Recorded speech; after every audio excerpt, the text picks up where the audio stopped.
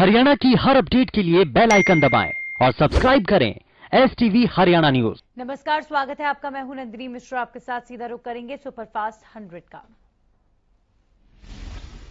कृषि कानूनों के खिलाफ किसानों का आंदोलन 135वें दिन भी लगातार जारी। इस बीच संयुक्त किसान मोर्चा ने नई रणनीति तैयार की है।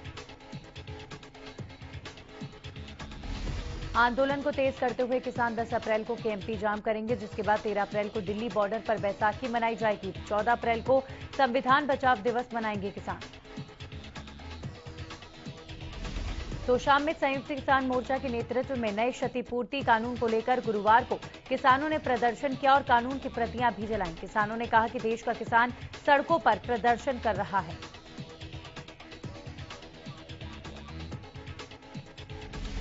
कैथल में गुरुवार को किसानों ने हरियाणा संपत्ति क्षति वसूली विधेयक 2021 की प्रतियां जलाई। प्रदर्शनकारियों ने कहा कि सरकार किसान आंदोलन को दबाने के लिए नए नए हथकंडे अपना रही है।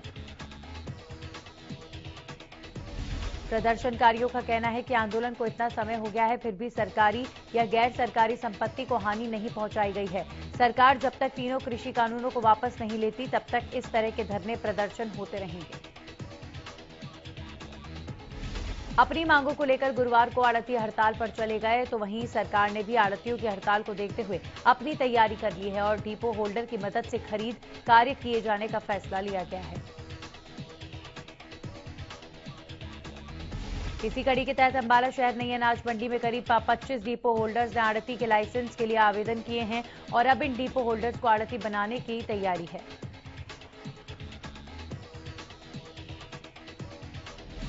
तो वहीं मंडी सुपरवाइजर का कहना है कि मंडी ठीक चल रही है, अगर आड़ती हड़ताल पर भी रहते हैं तो भी हमारी तरफ से गेहूं की खरीद की जाएगी। सिरसा मंडी में भी आड़तियों ने डायरेक्ट पेमेंट का विरोध किया है और तुलाई का काम बंद कर दिया है। तुलाई का काम शुरू करवाने और आड़तियों की समस्या के बारे में जानने के लिए उपायुक्त ने आड़ती एसोसिएशन के प्रतिनिधि मंडल के साथ बैठक की।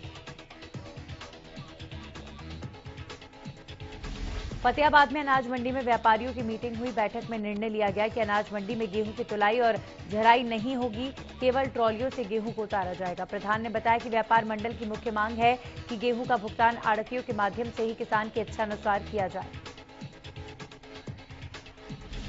हरियाणा आड़ती एसोसिएशन ने फैसला लिया है कि वो न मंडी में गेहूं को तोल करेंगे और न ही लोडिंग करेंगे, जिसके बाद मजदूरों ने भी काम करने से मना कर दिया है। दरअसल आड़तियों की पिछली पेमेंट बकाया है, जिसके चलते आड़तियों ने ये फैसला लिया है। वहीं आड़तियों की मांग है कि सरकार इस बात को ऑप्शनल कर दे कि किसान को सरकार से सीधा पैसा चाहिए या फिर आड़ती के जरिए। फिलहाल मंडी में आड़तियों और मजदूरों की तरफ से काम बंद है, जिससे अब सरकार और प्रशासन की मुश्किलें बढ़ गई हैं। गोहाना अनाज मंडी में गेट पास मिलने से हो रही देरी से नाराज किसानों ने जमकर हंगामा किया। हंगामे को देखते हुए पुलिस को भी मौके पर बुलाना पड़ा। उधर किसानों के हंगामे की खबर पर गोहाना के तहसीलदार रोशन कुमार मौके पर पहुंचे और जल्द से जल्द गेट पास देने का आश्वासन देकर मामले को शांत कराया। दरअसल मंडियों में गेहूं की आवक तेज हो गई है। किसान कटाई के बाद अपना गेहूं बेचने के लिए अनाज मंडी में ला रहे हैं, लेकिन किसानों का गेहूं बिना गेट पास के बिक नहीं रहा।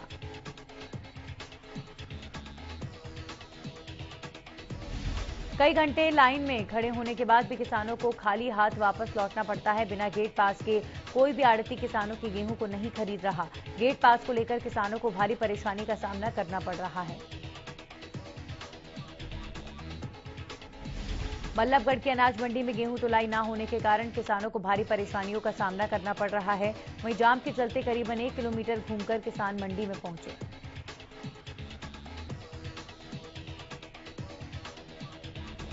गोहाना अनाज मंडी में आड़तियों की हड़ताल दूसरे दिन भी जारी है। इससे किसानों को काफी परेशानियों का सामना करना पड़ रहा है।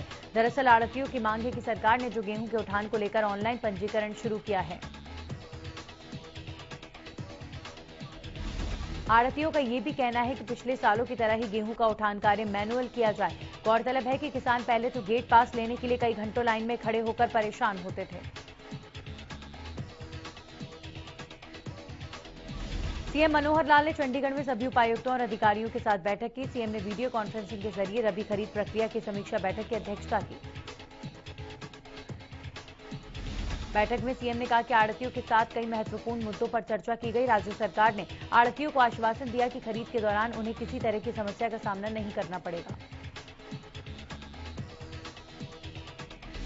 बैठक के दौरान उपायुक्तों ने सीएम को अवगत कराया कि मंडियों में सुचारू रूप से खरीद प्रक्रिया जारी है। सीएम ने निर्देश दिए हैं कि आढ़तियों के साथ निरंतर वार्ता की जानी चाहिए और ये सुनिश्चित करें कि उन्हें किसी तरह की समस्या का सामना न करना पड़े। हरियाणा विधानसभा अध्यक्ष ज्ञानचंद गुप्ता ने डीजीपी को पत्र लिखा। ये पत्र बजट सत्र के दौरान अकाली दल के विधायकों की तरफ से सीएम मनोहर लाल पर हमले को लेकर लिखा गया। विधानसभा अध्यक्ष ने डीजीपी से घटना के लिए जिम्मेदार लोगों की जानकारी और उन पर की गई कार्रवाई का ब्यौरा मांगा है। अध्यक्ष ज्ञानचंद गुप्ता ने कहा कि मामले में जांच के लिए हरियाणा के डीजीपी ने 3 सदस्यीय कमेटी गठित की थी। कमेटी ने अपनी अधूरी रिपोर्ट पेश की है। आढ़तियों की हड़ताल को लेकर अब प्रदेश के गृह मंत्री अनिल विज ने प्रतिक्रिया दी है। विज ने कहा कि आढ़तियों की मुख्यमंत्री के साथ कई दौर की बातचीत हो चुकी है और अब भी बातचीत जारी है। ऐसे में उन्हें उम्मीद है कि ये मामला भी जल्द सुलझ जाएगा। इलाहाबाद के 2 दिवसीय दौरे पर कांग्रेस प्रदेश अध्यक्ष कुमारी शैलजा पहुंची, जहां उन्होंने कार्यकर्ताओं से मुलाकात की। तो वहीं दूसरी तरफ सरकार पर भी जमकर निशाना साधा। शैलजा ने कहा कि प्रदेश के हालात बद से बदतर हो गए हैं। पूर्व सीएम भूपेंद्र सिंह हुड्डा ने गुरुवार को करनाल अनाज मंडी का दौरा किया। भूपेंद्र सिंह हुड्डा ने 2 टूक कहा कि सरकार किसानों के साथ अलग अलग प्रयोग न करे। साथ ही उन्होंने कहा कि सरकार को किसान की मर्जी पर छोड़ना चाहिए कि वो पेमेंट कैसे लेंगे।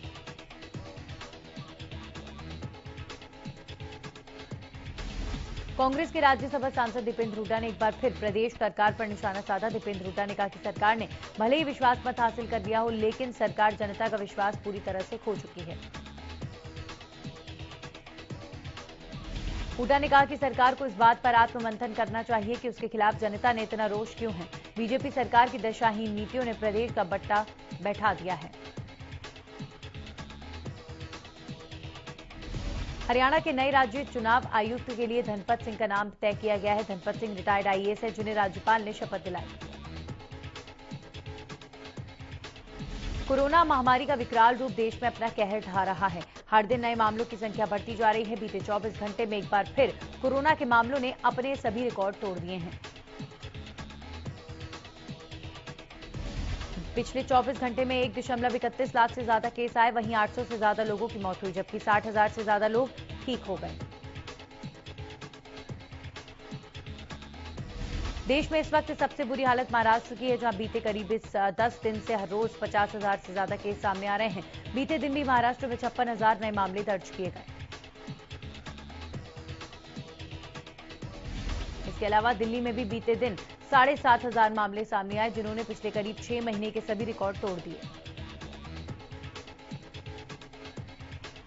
प्रदेश में कोरोना के मामलों में लगातार बढ़ोतरी हो रही है। पिछले 24 घंटे में 2,872 नए मामले सामने आए, जिसमें से गुरुग्राम में 741 और फरीदाबाद में 378, हिसार में 117 और अंबाला में 199 नए मामलों की पुष्टि हुई है।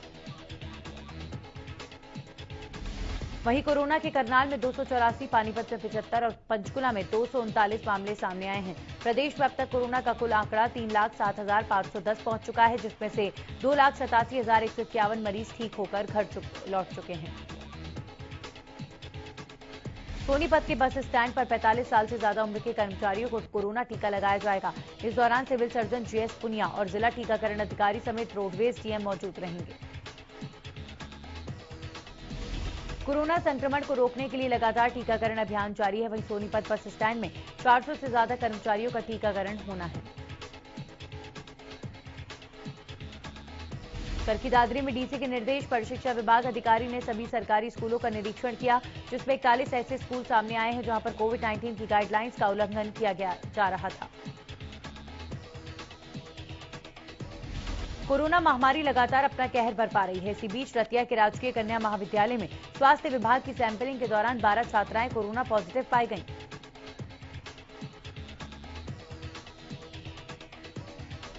इस दौरान स्कूल के प्रिंसिपल शमशेर सिंह ने बताया कि छात्राओं के पॉजिटिव पाए जाने पर उन्हें होम क्वारंटीन किया गया है। साथ ही स्वास्थ्य विभाग ने कड़े कदम उठाते हुए आगामी आदेशों तक स्कूल की इमारत को बंद करने के आदेश दिए हैं। स्कूल की बिल्डिंग को सैनिटाइज भी किया जा रहा है। इस पर स्वास्थ्य विभाग के एसएमओ डॉक्टर भरत सिंह ने शहरवासियों को संदेश दिया है कि कोरोना को हल्के में ना लें, मास्क लगाएं और 2 गज की दूरी जरूर बनाए रखें।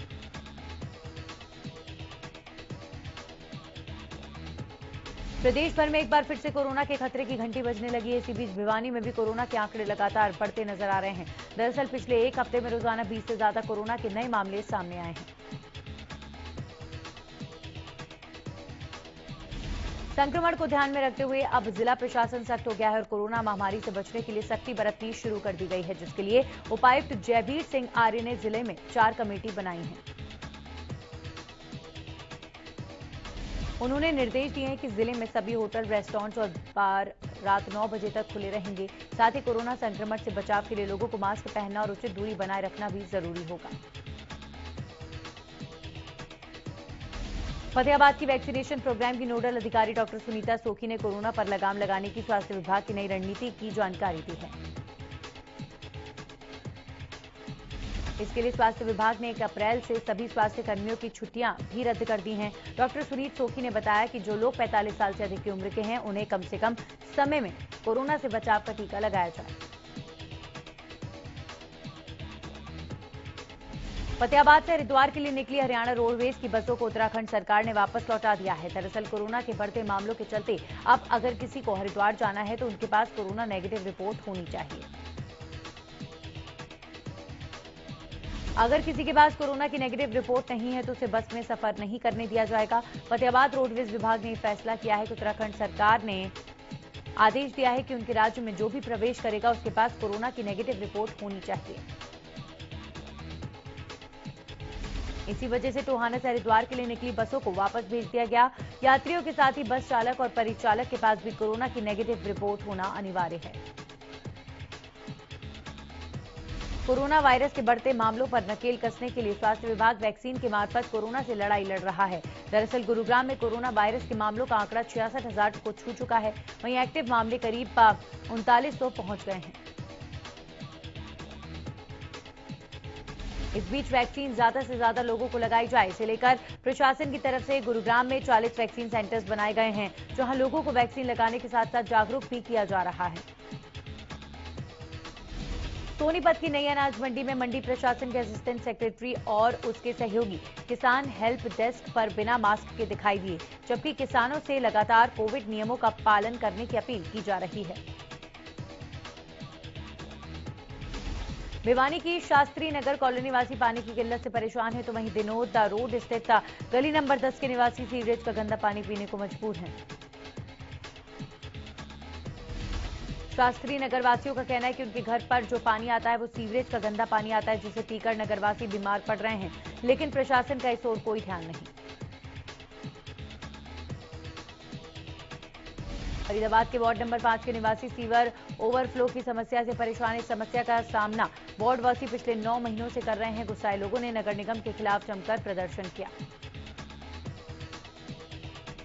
स्थानीय निवासियों का आरोप है कि इससे पहले वो कई बार धरने और प्रदर्शन कर चुके हैं, लेकिन निगम के अधिकारियों ने कोई कदम नहीं उठाया। नागल चौधरी के गांव खातौली अहीर में कीचड़ भरे रास्ते से छोटे छोटे बच्चे स्कूल जाने पर मजबूर हैं। स्कूल आने वाले बच्चों के अभिभावकों ने बताया कि इसकी शिकायत ग्राम पंचायत से लेकर इससे संबंधित अधिकारियों से कई बार की जा चुकी है।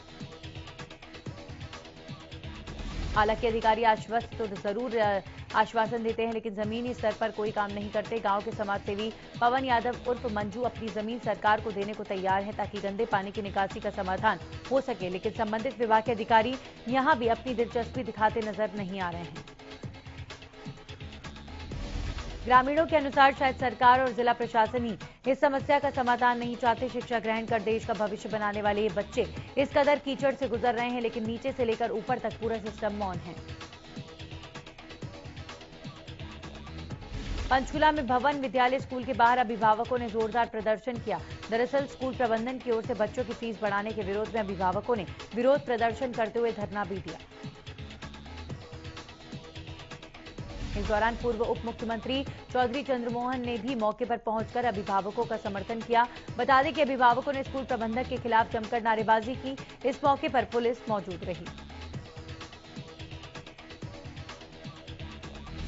कलीना के एक गांव की 5वीं कक्षा की 8 साल की छात्रा के साथ छेड़छाड़ करने और धमकी देने के मामले में पुलिस ने आरोपी के खिलाफ पॉक्सो व धमकी देने का केस दर्ज कर लिया है।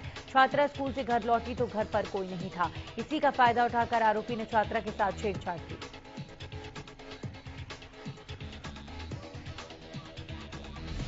आसिम अंधविश्वास में डूबे माता पिता ने नवजात बच्चे को मंदिर में चढ़ाया। मासूम को मंदिर के साधु को सौंपा।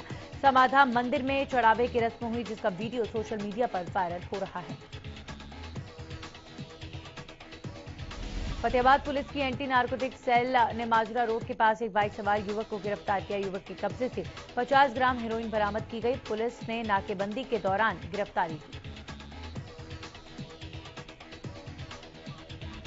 पकड़ी गई हेरोइन की कीमत करीब 2 लाख रुपए बताई जा रही है। आरोपी युवक की पहचान अशोकनगर के कर्म सिंह के तौर पर हुई। पुलिस ने आरोपी के खिलाफ एनडीपीएस एक्ट के तहत मामला दर्ज किया। आगे की कार्रवाई शुरू कर दी गई है। जाखल मंडी में सीआईए स्टाफ को कामयाबी मिली। यहां पर पुलिस ने एक तस्कर को 1 किलो 260 ग्राम अफीम के साथ गिरफ्तार किया है। कैथल में आपसी रंजिश के चलते एक महिला की उसके 2 सगे देवरों ने हत्या कर दी। आरोपियों ने महिला के शव को ईंटों से बांधकर नदी में फेंक दिया था।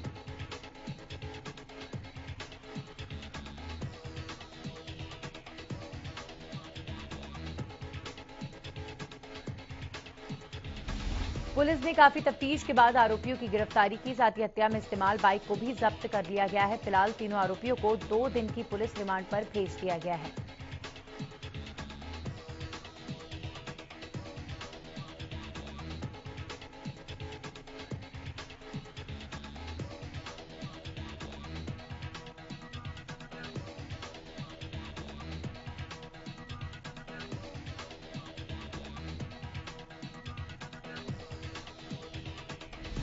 अंबाला शहर के रंजीत नगर इलाके के लोग पत्थरबाजी की घटना से परेशान हैं। इलाके में बीते 5-6 दिनों से अज्ञातों द्वारा ईंट के रोड़े और पत्थर फेंके जा रहे हैं, जिससे रंजीत नगर के निवासियों में खौफ का माहौल बना हुआ है।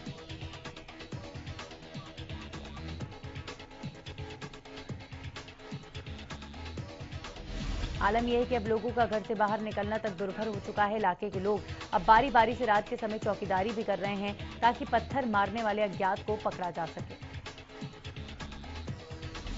जाखल सब्जी मंडी के पास से सीआईए की टीम ने एक शख्स को 600 नशीली गोलियों के साथ काबू किया।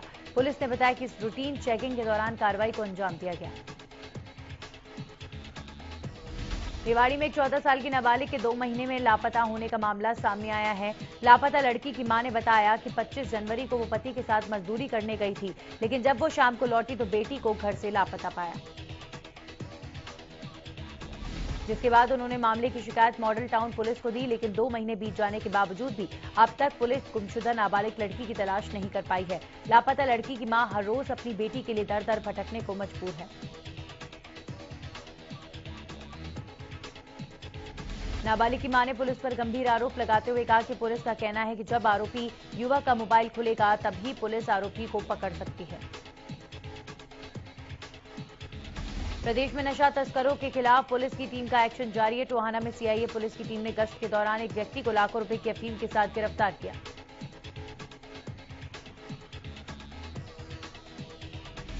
डीएसपी बीरम सिंह ने बताया कि सीआईए टीम ने गश्त के दौरान सिधानी रोड पर बाइक सवार युवक के पास से लाखों की अफीम बरामद की है। पुलिस पूछताछ में आरोपी ने नशा खरीदकर लाने और बेचने के लिए कई ठिकानों का खुलासा किया है। अंबाला छावनी रेलवे स्टेशन पर जीआरपी के हाथ बड़ी सफलता लगी। जीआरपी ने ट्रेनों के जरिए नशा तस्करी करने वाले गिरोह के एक और सदस्य को गांजे के साथ गिरफ्तार किया है। पिछले साल पकड़े गए एक नशा तस्कर से पूछताछ में पुलिस को ट्रेन के जरिए नशा तस्करी का पता चला, जिसके बाद पुलिस ने कार्रवाई करते हुए अंबाला छावनी रेलवे स्टेशन पर ट्रेन के बाथरूम से 23 किलो गांजा बरामद किया।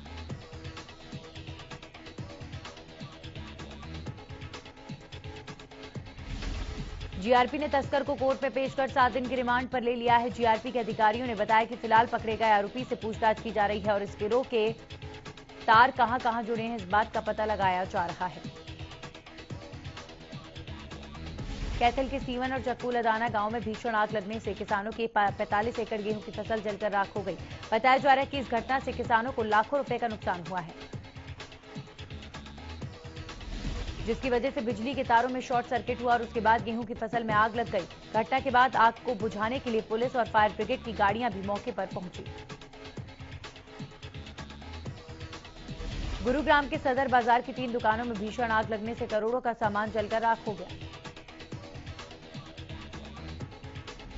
गुरुग्राम के चीफ फायर अधिकारी ने बताया कि आग इतनी भयानक थी कि सोहना, पटौदी और फरीदाबाद से दर्जनों फायर टेंडरों की मदद से आग पर काबू पाया गया। हालांकि अभी तक आग लगने की वजह का पता नहीं चल सका है। रोहतक में स्टेशन पर खड़ी पैसेंजर ट्रेन में अचानक आग लग गई। आग की चपेट में आने से ट्रेन की 4 बोगियां जलकर राख हो गई। मशक्कत के बाद दमकल की गाड़ियों ने आग पर काबू पाया। हिसार के सेक्टर 16-17 की झुग्गियों में आग लगने से अफरा तफरी मच गई। बताया जा रहा है कि इस बस्ती में करीब 250 झुग्गियां हैं, जिनमें से 50 से ज्यादा झुग्गियां जलकर खाक हो गई।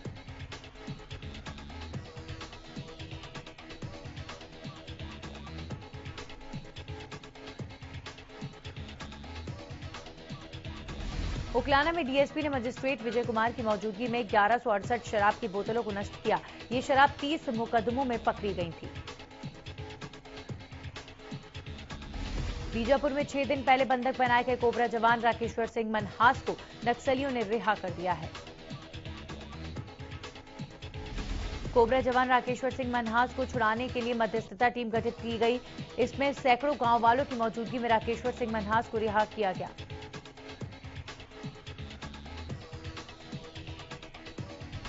सरकारी तेल कंपनियों की ओर से 10वें दिन भी पेट्रोल और डीजल की कीमतों में कोई बदलाव नहीं हुआ है। दिल्ली एनसीआर में इस साल जनवरी-मार्च में मकानों की बिक्री 14% बढ़कर 6188 इकाई पहुंच गई, जबकि पिछले साल की समान अवधि में आंकड़ा 5411 इकाई था। केंद्र सरकार का कहना है कि कॉपीराइट नियमों में किए गए संशोधन से अनुपालन की सुविधा होगी। इसके तहत कॉपीराइट कार्यालय को संदेश भेजने और कामकाज में प्राथमिक तौर पर इलेक्ट्रॉनिक माध्यमों का इस्तेमाल किया जा सकेगा। भारतीय रिजर्व बैंक ने भुगतान बैंकों में एक ग्राहक की अधिकतम राशि रखे जाने की सीमा को 1 लाख रुपए से बढ़ाकर 2 लाख रुपए कर दिया है।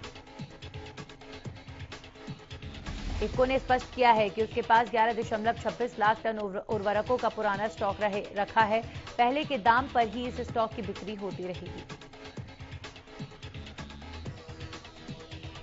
मनोरंजन जगत के कई सितारे भी कोरोना महामारी की चपेट में आ चुके हैं। इस लिस्ट में गोविंदा का नाम भी शामिल है, लेकिन अब उन्होंने अपने नेगेटिव होने की जानकारी अपने फैंस को दे दी है। एक्टर रोनित रॉय ने कोरोना वैक्सीन का पहला डोज ले लिया है। साथ ही सोशल मीडिया पर रोनित ने फोटो शेयर कर ये जानकारी दी। स्वरा भास्कर बॉलीवुड की एक ऐसी अभिनेत्री हैं जो फिल्मों के साथ साथ अपनी बेबाक बिंदास राय जाहिर करने के लिए भी जानी जाती हैं। 9 अप्रैल को स्वरा अपना 33वां जन्मदिन मना रही हैं। हरियाणवी इंडस्ट्री की खूबसूरत अदाकारा अंजलि राघव एक के बाद एक अपने फैंस के लिए नए गाने लेकर आ रही हैं। अब उनका एक और नया गाना रिलीज हुआ है। कंगना रनौत ने अपनी फिल्म थलाईवी को लेकर खुलासा किया है कि फिल्म के ट्रेलर को अक्षय कुमार संग कई स्टार्स ने पसंद किया था और उसकी तारीफ भी एक्ट्रेस से की थी। और इसी के साथ ही सुपरफास्ट 100 में इतना ही।